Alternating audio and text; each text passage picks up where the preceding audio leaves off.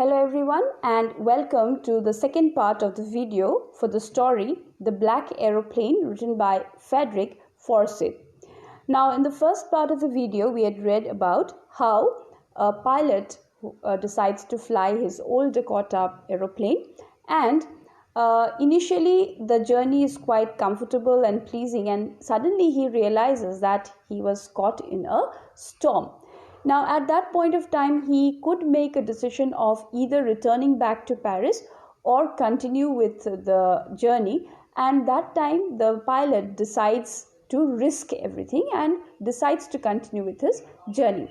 Now, the moment he enters the storm, he realizes that he had lost control of everything in the plane. And we had stopped up to that much in the first video. Now, let's continue. Now, after realizing that he had lost control over the whole aeroplane, he tries to connect to the radio. Paris control, can you hear me? There was no answer. The radio was dead too. I had no radio, no compass, and I could not see where I was. I was lost in the storm. Then, in the black clouds, quite near me, I saw another aeroplane. It had no lights on its wings, but I could see it flying next to me through the storm. I could see the pilot's face turned towards me. I was glad to see another person. He lifted one hand and waved. Now the narrator tried calling the Paris Control Agency, who had helped him earlier, but could not connect because of the weather. Now, in the midst of nowhere, when everything failed, he suddenly happened to see a ray of hope, because he realizes that there was another aeroplane there in the storm.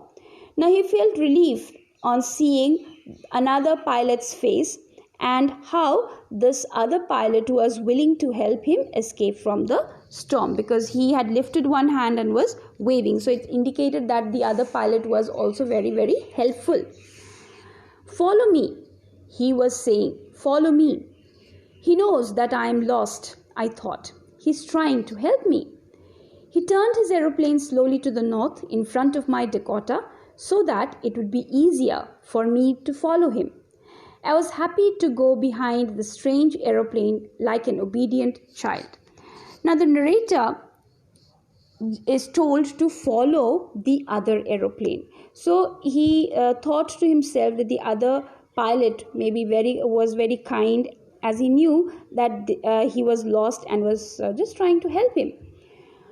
The other pilot took his plane ahead of the lost aeroplane to make it easier for them to follow, while the author followed him like an obedient child.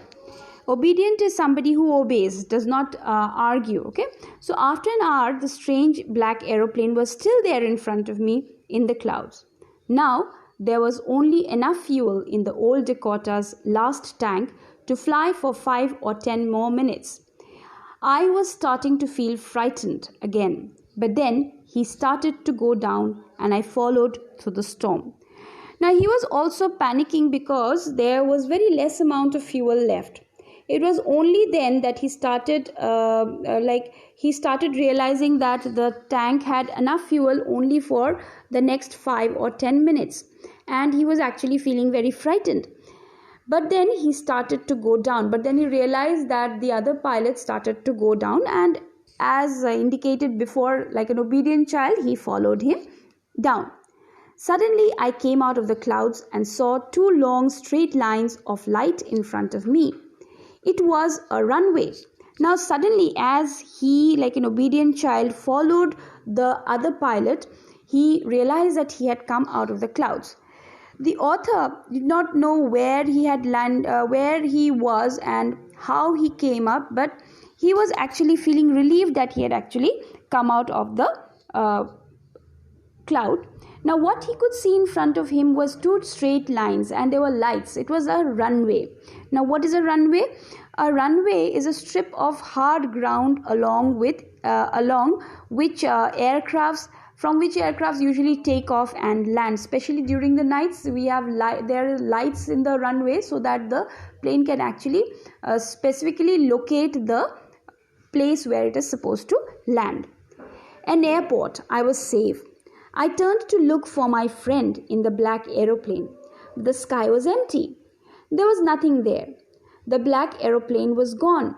I could not see it anywhere. Now, as he realized that he had come out of the storm of the cloud, he also realized that he had actually seen a runway and it was an airport, and so he was satisfied that he was going to be soon very safe. He turned about to see whether the other aeroplane where the other aeroplane was. He addresses him as his friend, but what he saw was empty sky. There was nothing there. The black aeroplane just could not be seen. I landed and I was not sorry to walk away from the old Dakota near the control tower. I went and asked a woman in the control center where I was and who the other pilot was. I wanted to say thank you. Now, the author did not know where he had landed, but was not afraid of leaving his plane unattended. He headed straight into the control room to ask about the other pilot. And to his utmost surprise, he finds a lady there, and he actually initially just asked the lady that he would like to know more details about the black aeroplane because he had helped him, and he would like to thank the aeroplane. And this lady, she just looked at him very strangely and then laughed. Another aeroplane? Up there in the storm. No other aeroplanes were flying tonight. Yours was the only one I could see on the radar. Now, the lady was laughing because she found it very strange that somebody was coming and inquiring about another plane when the weather was so dangerous that no other plane could fly. And so, laughing, she said that there was no other aeroplane other than his own, because she could only see one aeroplane in the radar. So, who helped me to arrive there safely without a compass or a radio and without any more fuel in my tank? Who was the pilot on the strange black aeroplane flying in the storm without light?